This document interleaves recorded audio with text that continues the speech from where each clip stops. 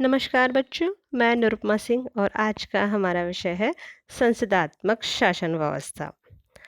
संसदात्मक शासन व्यवस्था को समझने के लिए हमें सरकार के अंगों के विषय में भी जानना होगा। सरकार के 3 अंग बनाए गए हैं। ये 3 अंग किस लिए बनाए गए हैं? ताकि राज्य की शासन व्यवस्था अच्छे से चल सके। और पहला अंग है कार्यपालिका, जिसे हम एग्जीक्यूटिव भी कहते हैं। दूसरा है व्यवस्थापिका, लेजिस्लेचर इसे बोलते हैं। और न्यायपालिका, जिसे हम जुडिशरी बोलते हैं। अब जो पहले 2 अंग हैं कार्यपालिका और व्यवस्थापिका के आपसी संबंधों के आधार पर सरकार को 2 भागों में बांटा जाता है। संसदात्मक शासन प्रणाली, जिसे हम पार्लियामेंट्री सिस्टम ऑफ गवर्नमेंट कहते हैं, और दूसरी है अध्यक्षात्मक शासन प्रणाली, जिसे हम प्रेसिडेंशियल सिस्टम ऑफ गवर्नमेंट कहते हैं। इस वीडियो में हम संसदात्मक शासन व्यवस्था को समझेंगे। इसके बाद भी एक और विभाजन किया जाता है, जो है शक्ति के केंद्रीकरण और विकेंद्रीकरण के आधार पर होता है, जिसे हम कहते हैं एकात्मक शासन और संघात्मक शासन। इनको भी हमें पढ़ना है क्योंकि हमारे सिलेबस में है, परंतु ये हम किसी और वीडियो में समझेंगे। यहाँ पर केवल संसदात्मक शासन व्यवस्था को समझते हैं। संस्थात्मक शासन व्यवस्था की परिभाषा देते हुए गार्नर ने कहा है, संस्थात्मक शासन वह शासन प्रणाली है जिसमें वास्तविक कार्यपालिका अर्थात मंत्रिमंडल, व्यवस्थापिका तथा उसके लोकप्रिय सदन के प्रति तथा अंतिम रूप में निर्वाचक मंडल के प्रति अपनी राजनीतिक नीतियों तथा कार्यों के लिए कानूनी रूप से उत्तरदायी होती है, और राज्य का प्रधान नाम मात्र का तथा अनुत्तरदायी होता है। यहाँ हम इस परिभाषा को समझते हैं कि संस्थात्मक शासन वह प्रणाली है, यानी वह व्यवस्था है जिसमें वास्तविक कार्यपालिका अर्थात जो मंत्रिमंडल है, जिसका प्रधान प्रधानमंत्री है, वह लोकप्रिय सदन यानी भारत में समझे तो लोकसभा तथा अंतिम रूप में निर्वाचक मंडल के प्रति। ये अंतिम रूप में निर्वाचक मंडल कौन है? ये है हम आप सब, यानी जनता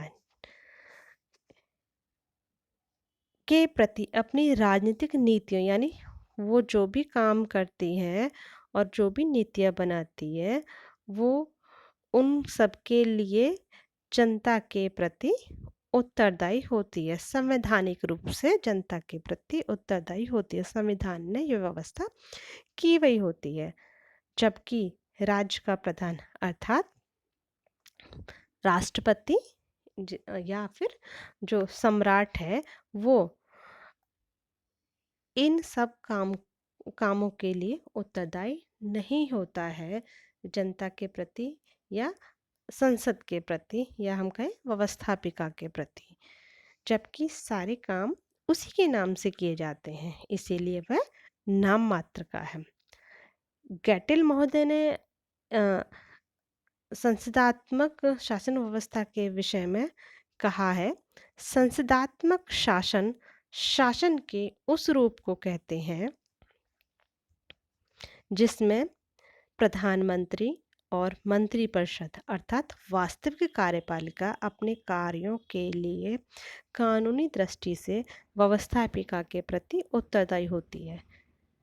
क्योंकि आधुनिक राज्यों की व्यवस्थापिका के 2 सदन होते हैं, अतः मंत्रिमंडल वास्तव में उस सदन के नियंत्रण में होता है जिसे वित्तीय मामलों पर अधिक शक्ति प्राप्त होती है और जो निर्वाचकों का भी अधिक सीधे ढंग से प्रतिनिधित्व करता है। यहाँ पर वित्तीय मामलों वाली बात हमें समझनी है कि वित्तीय मामलों की जो शक्ति है वो लोकसभा के पास ज़्यादा होती है।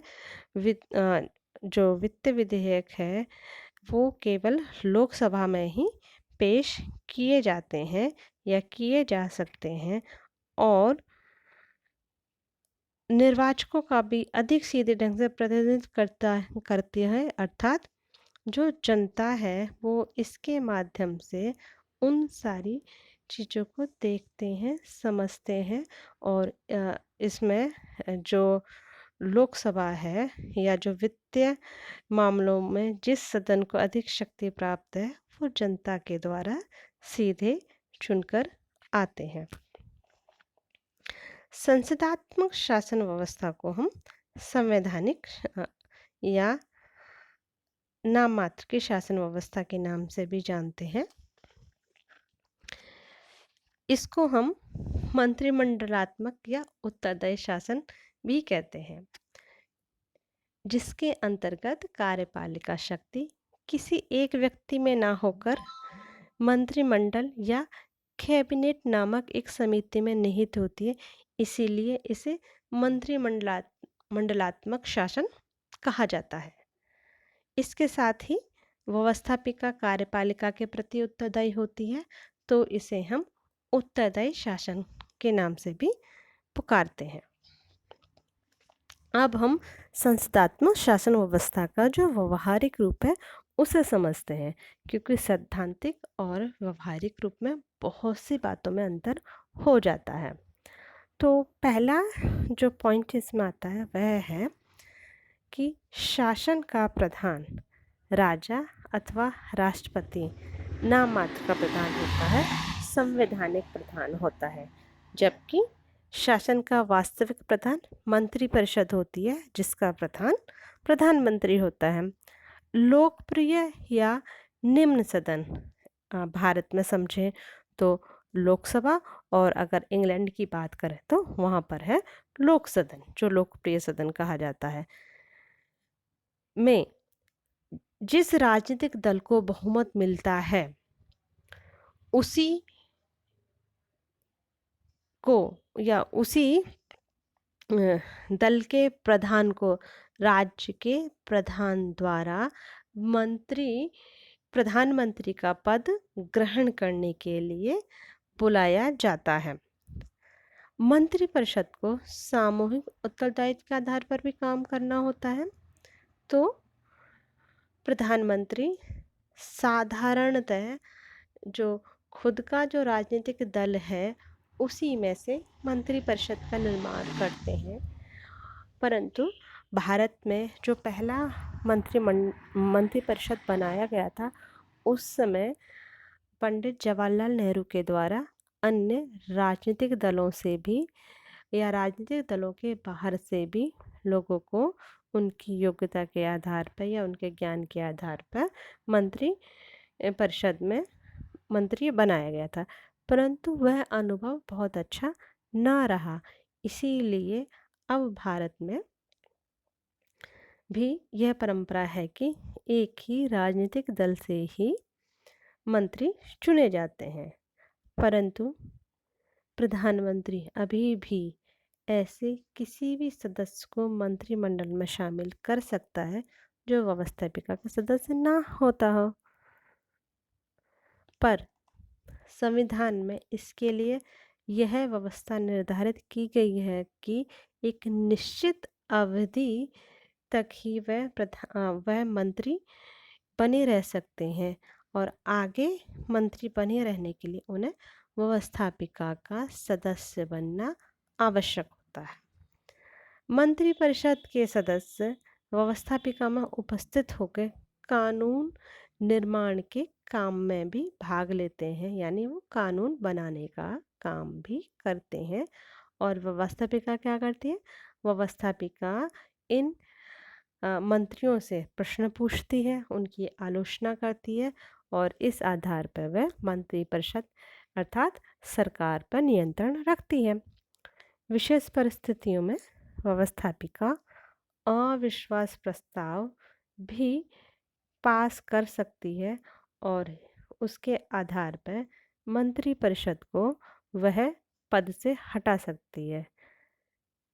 मंत्रिपरिषद को भी यह अधिकार है कि वह राज्य के प्रधान को यानी राष्ट्रपति या राजा को व्यवस्थापिका के विघटन की सिफारिश कर सकते हैं।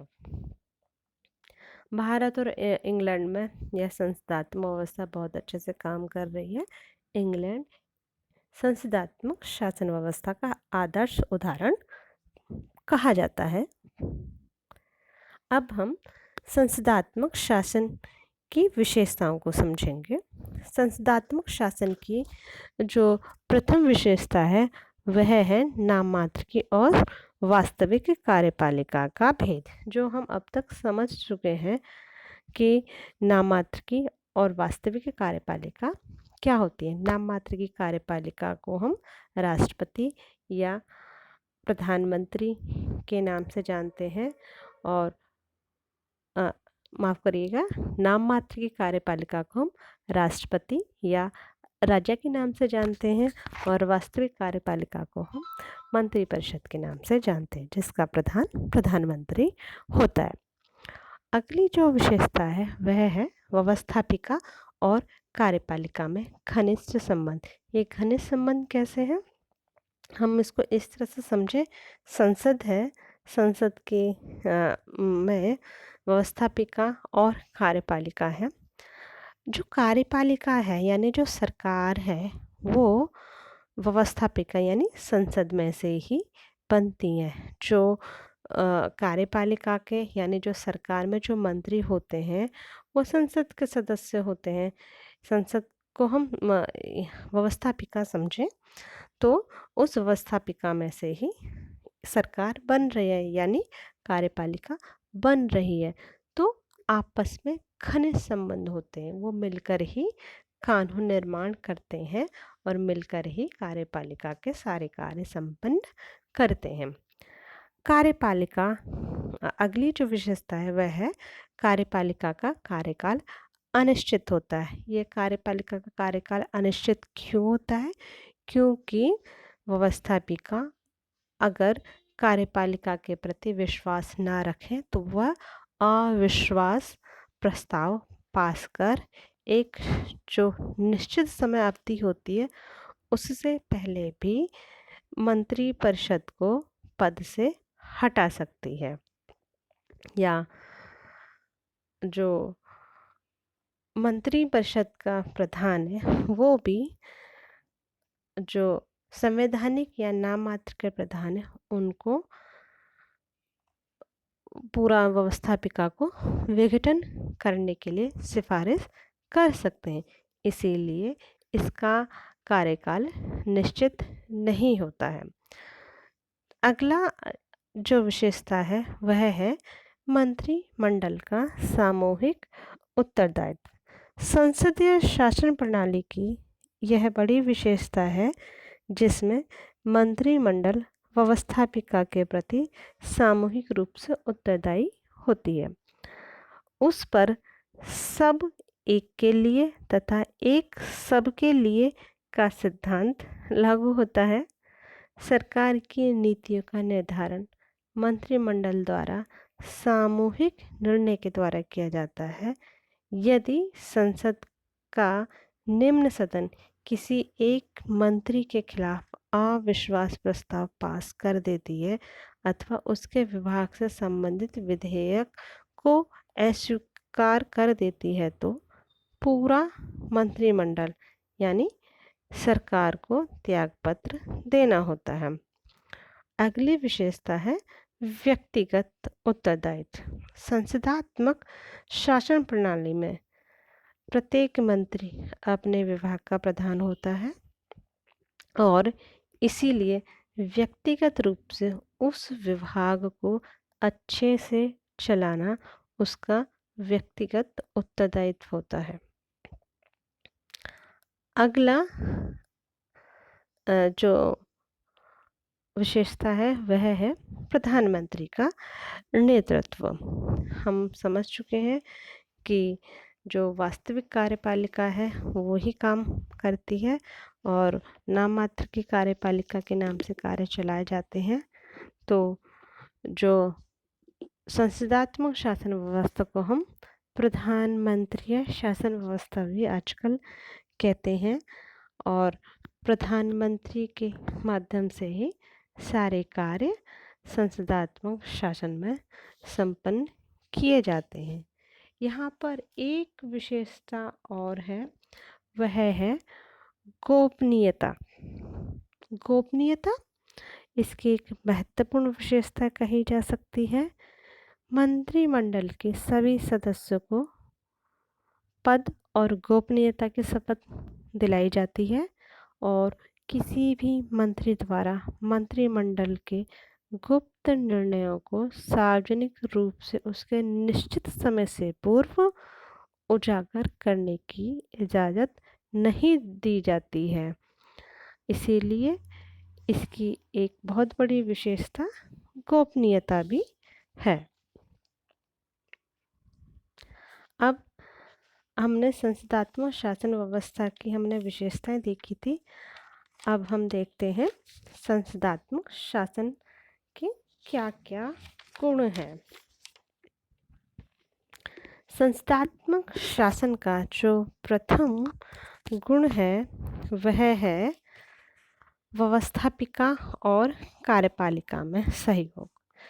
दोनों एक दूसरे के सहयोग से सारा सरकार का कार्य करते हैं, तो सहयोग से ही देश का शासन चलाया जाता है। संसदात्मक शासन व्यवस्था ही वह शासन व्यवस्था में जिसमें इस प्रकार का सहयोग देखने को मिलता है और कुशलतापूर्वक यह काम किया जाता है, जन कल्याण के काम किए जाते हैं। अगली जो इसका गुण है वह है शासन व्यवस्था जनता के प्रति उत्तरदायी होती है। हमने गैटिल की और गनर की परिभाषा में देखा कि अंतिम निर्वाचक मंडल के प्रति उत्तरदायी होती हैं, यानी अंतिम निर्वाचक मंडल कौन है? जनता। तो सरकार है यानी जो कार्यपालिका है और जो मंत्री हैं उसके, वो सभी अंतिम रूप से जनता के प्रति अपने कार्य और नीतियों के लिए उत्तरदायी कहे जाते हैं।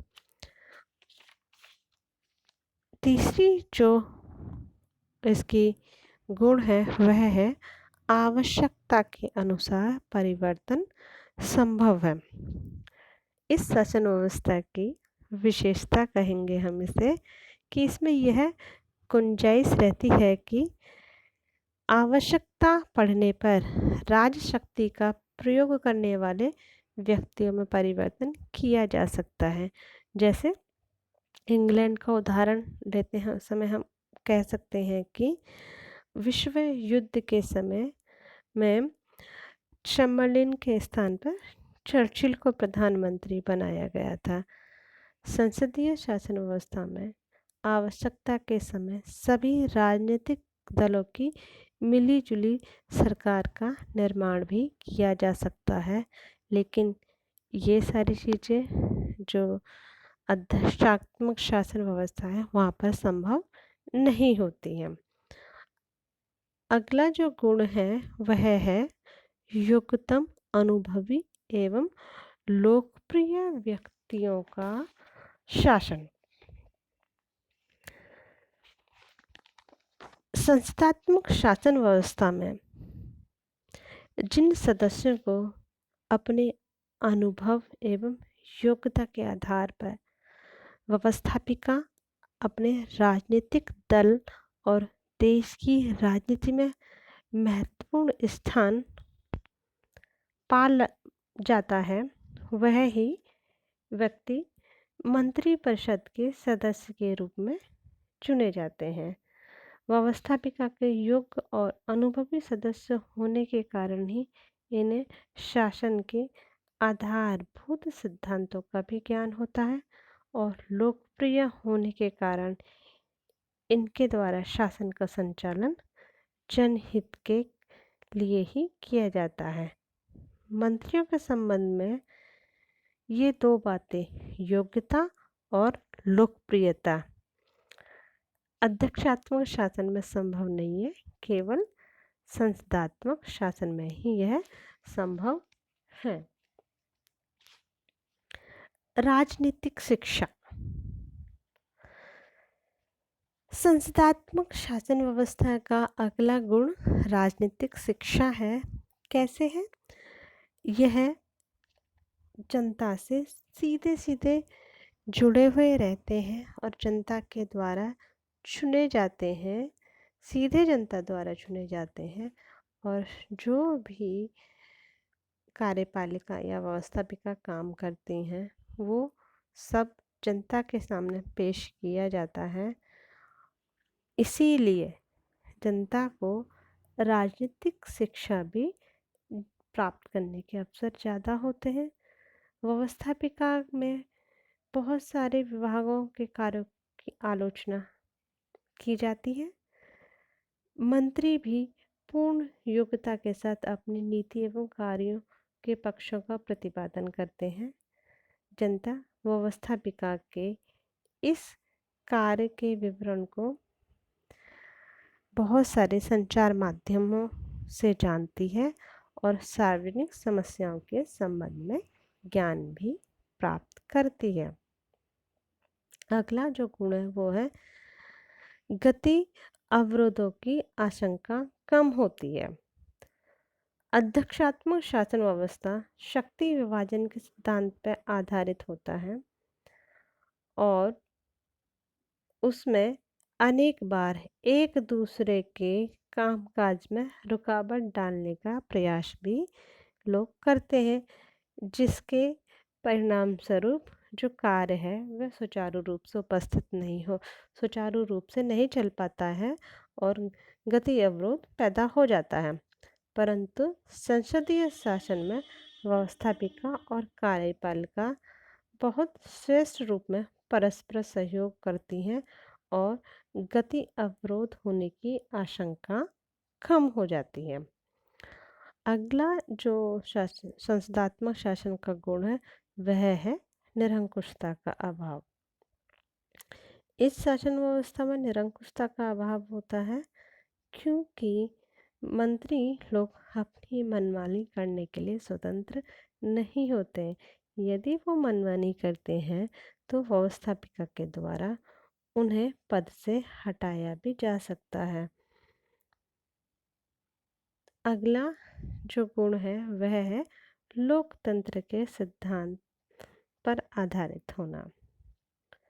वैसे तो अध्यक्षात्मक और संस्थात्मक दोनों ही लोकतंत्र के सिद्धांत पर आधारित प्रणालियां हैं, परंतु संसदात्मक शासन व्यवस्था ज़्यादा अच्छे से लोकतंत्रीय सिद्धांतों की रक्षा करती है, लोकतंत्र के सिद्धांतों पर आधारित होती है, क्योंकि इसके अंतर्गत प्रशासकों को यानी जो मंत्री हैं या जो विभागों के अध्यक्ष हैं उन्हें जनता के सामने अपने कार्यों का उत्तर देने के लिए तैयार रहना पड़ता है और इस प्रकार वास्तविक संप्रभुता जनता के हाथों में ही रहती है।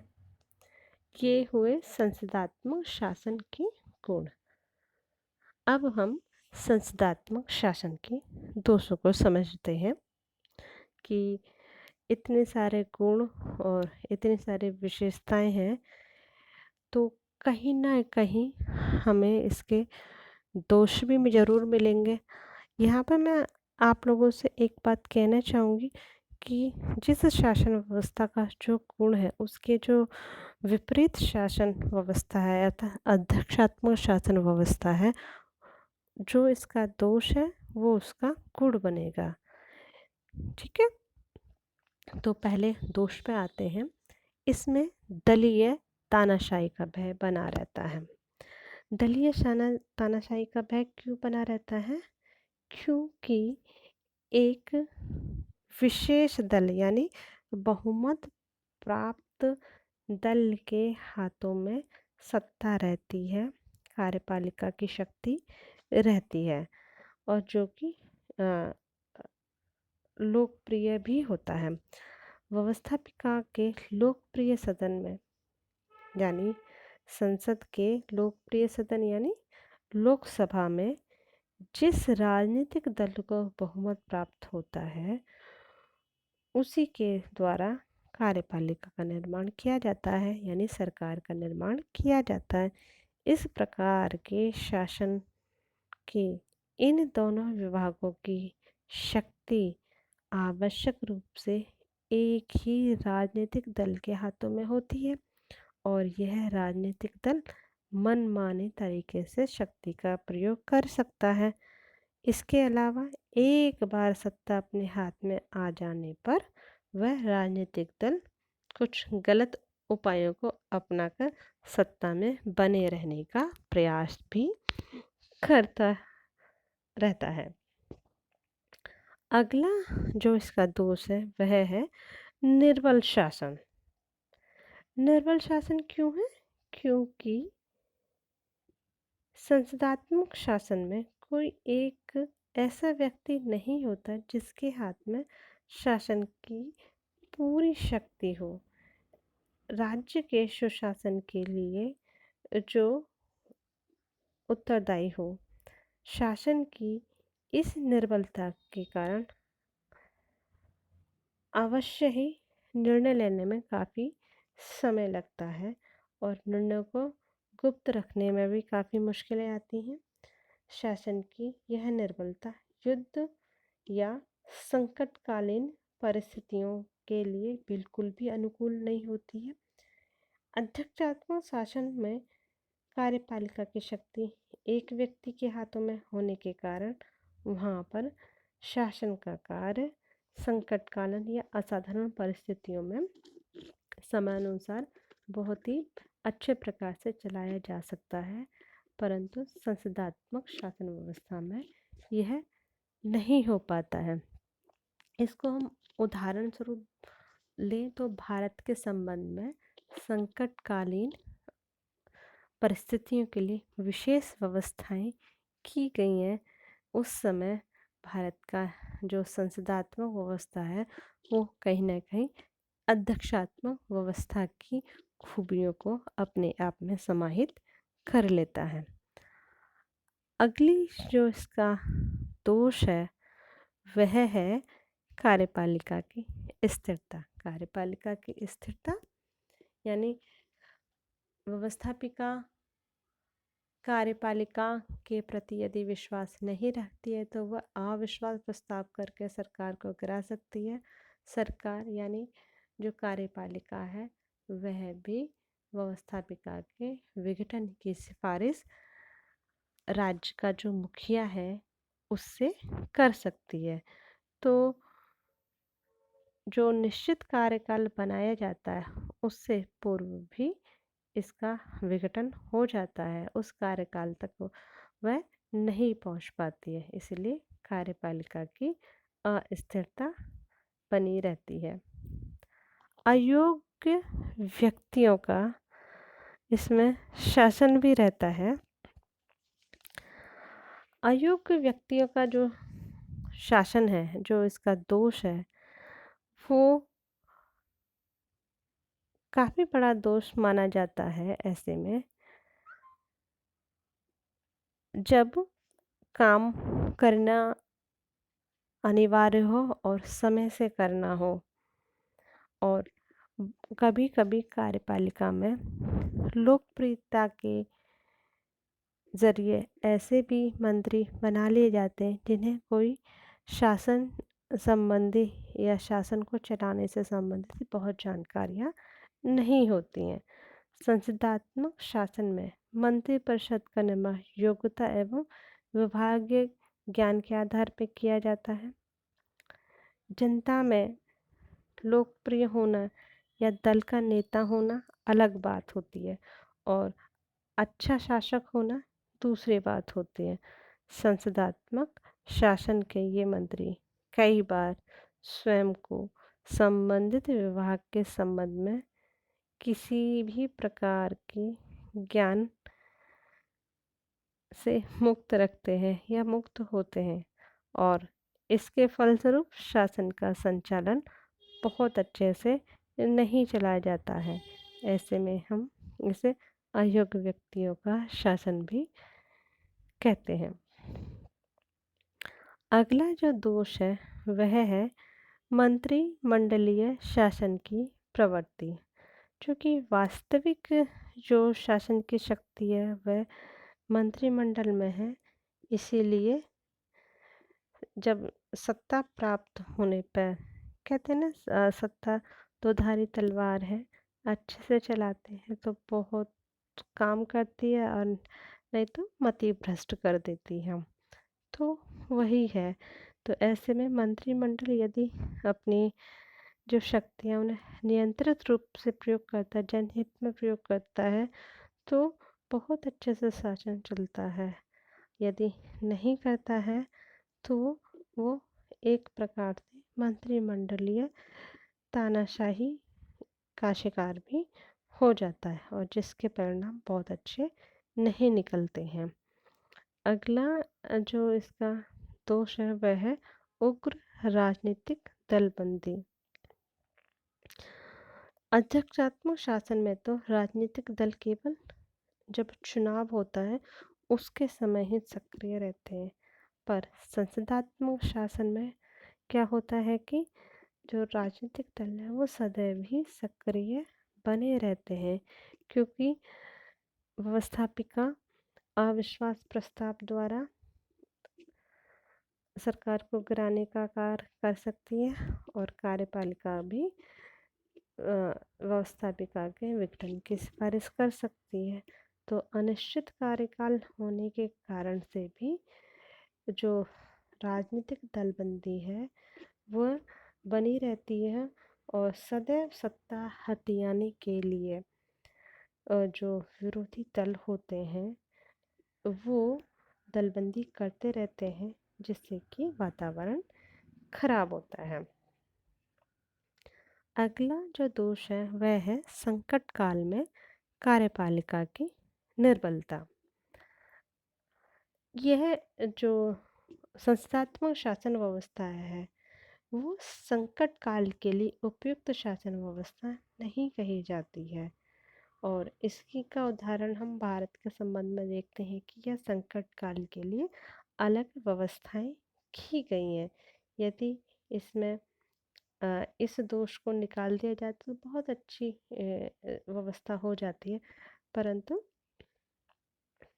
इसमें यह निर्बलता तो है ही।